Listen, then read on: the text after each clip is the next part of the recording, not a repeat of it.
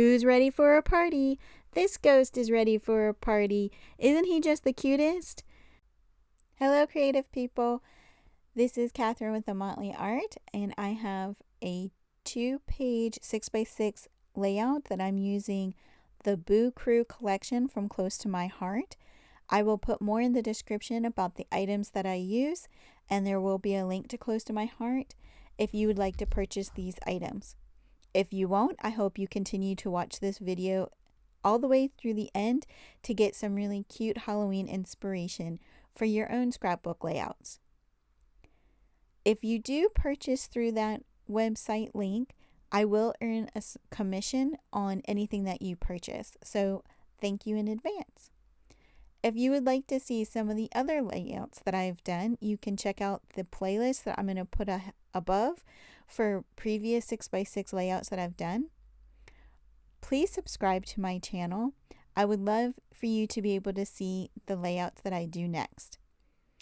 In September of 2021, I do plan on doing a layout every Sunday using the Boo Crew Halloween papers. I just think they're so stinking cute. I love them so much. I love the stamp set so much that I just want to make a whole bunch of layouts with it. So I hope you join me. So the paper that really screamed to me first when I got this collection was that one with a whole bunch of different sentiments in it. Yes, you could totally cut those apart and you would have more than enough sentiments for tons of cards or scrapbook layouts or whatever paper crafting that you're doing. But I kind of thought about some of the scrappy layouts that I've seen, some of the scrappy sketches that I've seen where they kind of do this sort of step with laying out a whole bunch of different scraps, and I thought you could do that really easily with this. And I thought it would really make a cool kind of side effect on the papers. So that's what I did first, was cut those out. But I find for myself, while I really do like the look of pattern on pattern, I feel like oftentimes you need a solid to break it up a little bit. So what I mean by that is you just need a mat of a solid cardstock to break up those patterns so that you can actually see them. Because sometimes I feel like when you just stick a pattern down on top of a pattern, you lose one of them. It just kind of blends into each other. So that's why I didn't leave a whole lot of that orange onto here, but I did want to leave some cardstock to try to make a little bit of a separation so that you really see the patterns better for themselves and also as the whole composition. So once I had those pieces decided on, I thought about my photo mats because that's the next biggest element that was going to go on to these pages. And I know from doing previous 6x6 layouts that if you don't get your photo mat idea down fairly quickly, you will run out of space. You will use it all up because there's not a lot of space on a 6x6 layout. So I decided that what I wanted to do was to create a flap so that I could have that space to decorate on, but still have an area that I could put either journaling or pictures on, depending on what I end up doing with this, what I do with these layouts in the future.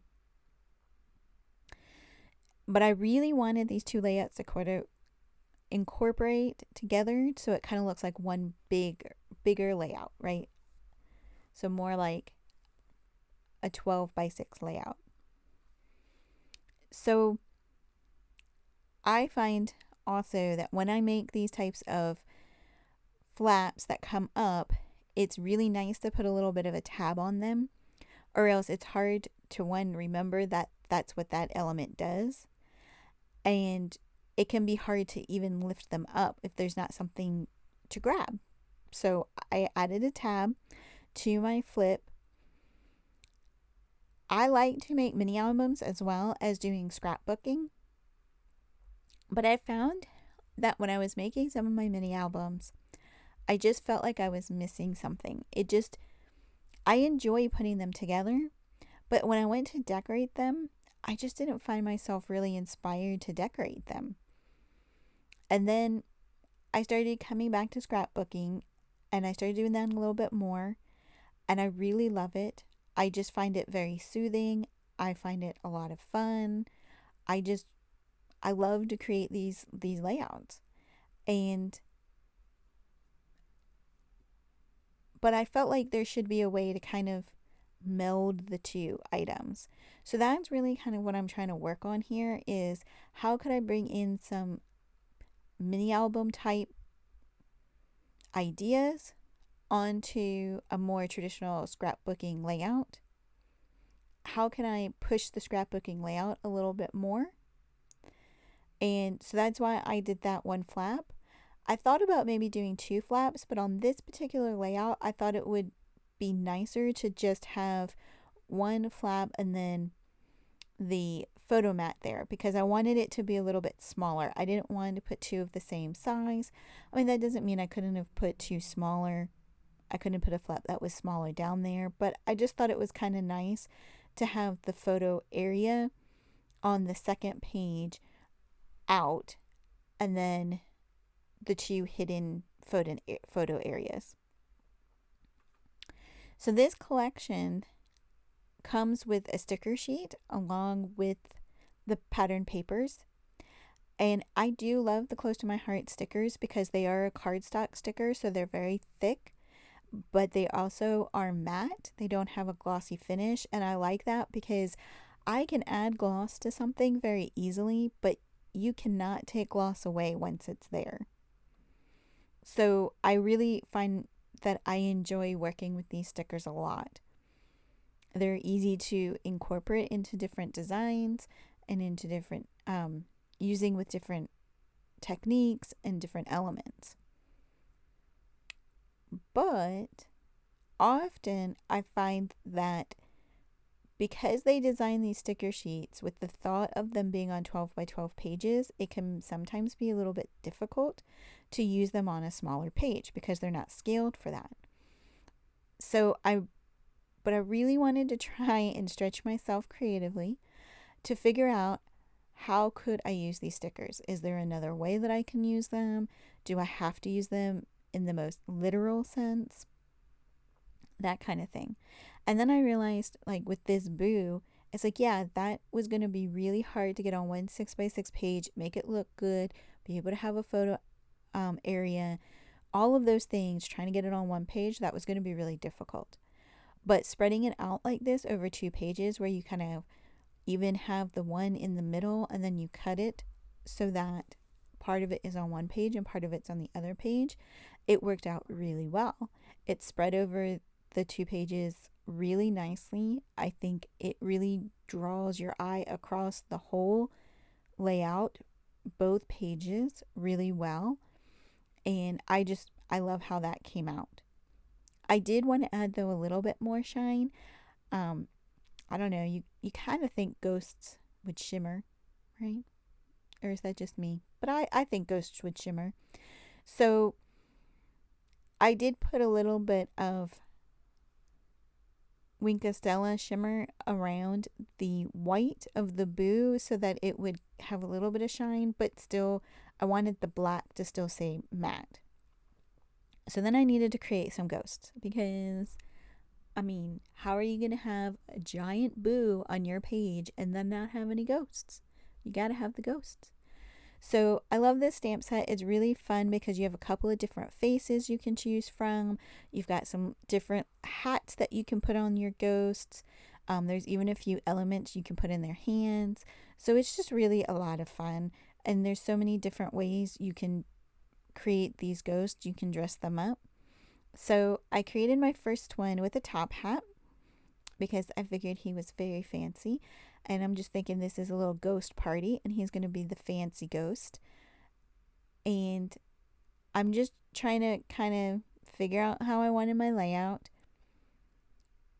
to go and where I wanted the ghost to be placed. So once I realized that I did want him on the right hand side, then I went ahead and just put that photo mat down. I knew, okay, this is where it's going, this is where the ghost is going. So then I decided that his drink needed a color, so I decided to do green because I knew green would go really well with all the other colors that I was using. Plus, in my mind, they are drinking some fabulous apple martinis. I mean, that's what ghosts drink, are apple martinis. I don't know if you knew that, but now you do. So I colored those in green. I colored his hat in green, and then I realized that I needed just a little bit more green on the other side to really make all of this cohesive. So I created another ghost because, again, this is a party, so we need multiple ghosts at our party.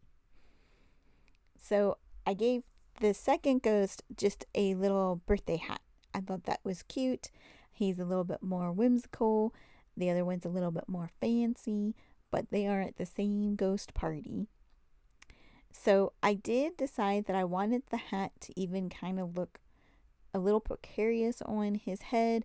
So I kind of popped up half of it and then I glued the rest of it down so that it would kind of seem like it was almost coming off. And then I attached the glasses.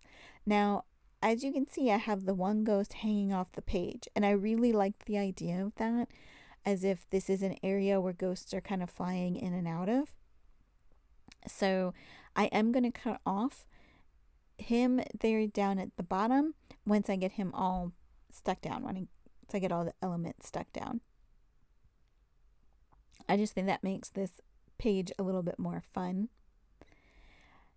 I will say that the open area that's on the top of the flap did kind of bug me a little bit. I kept trying to put something in that area, but then every time I put something in the area, I really didn't like it.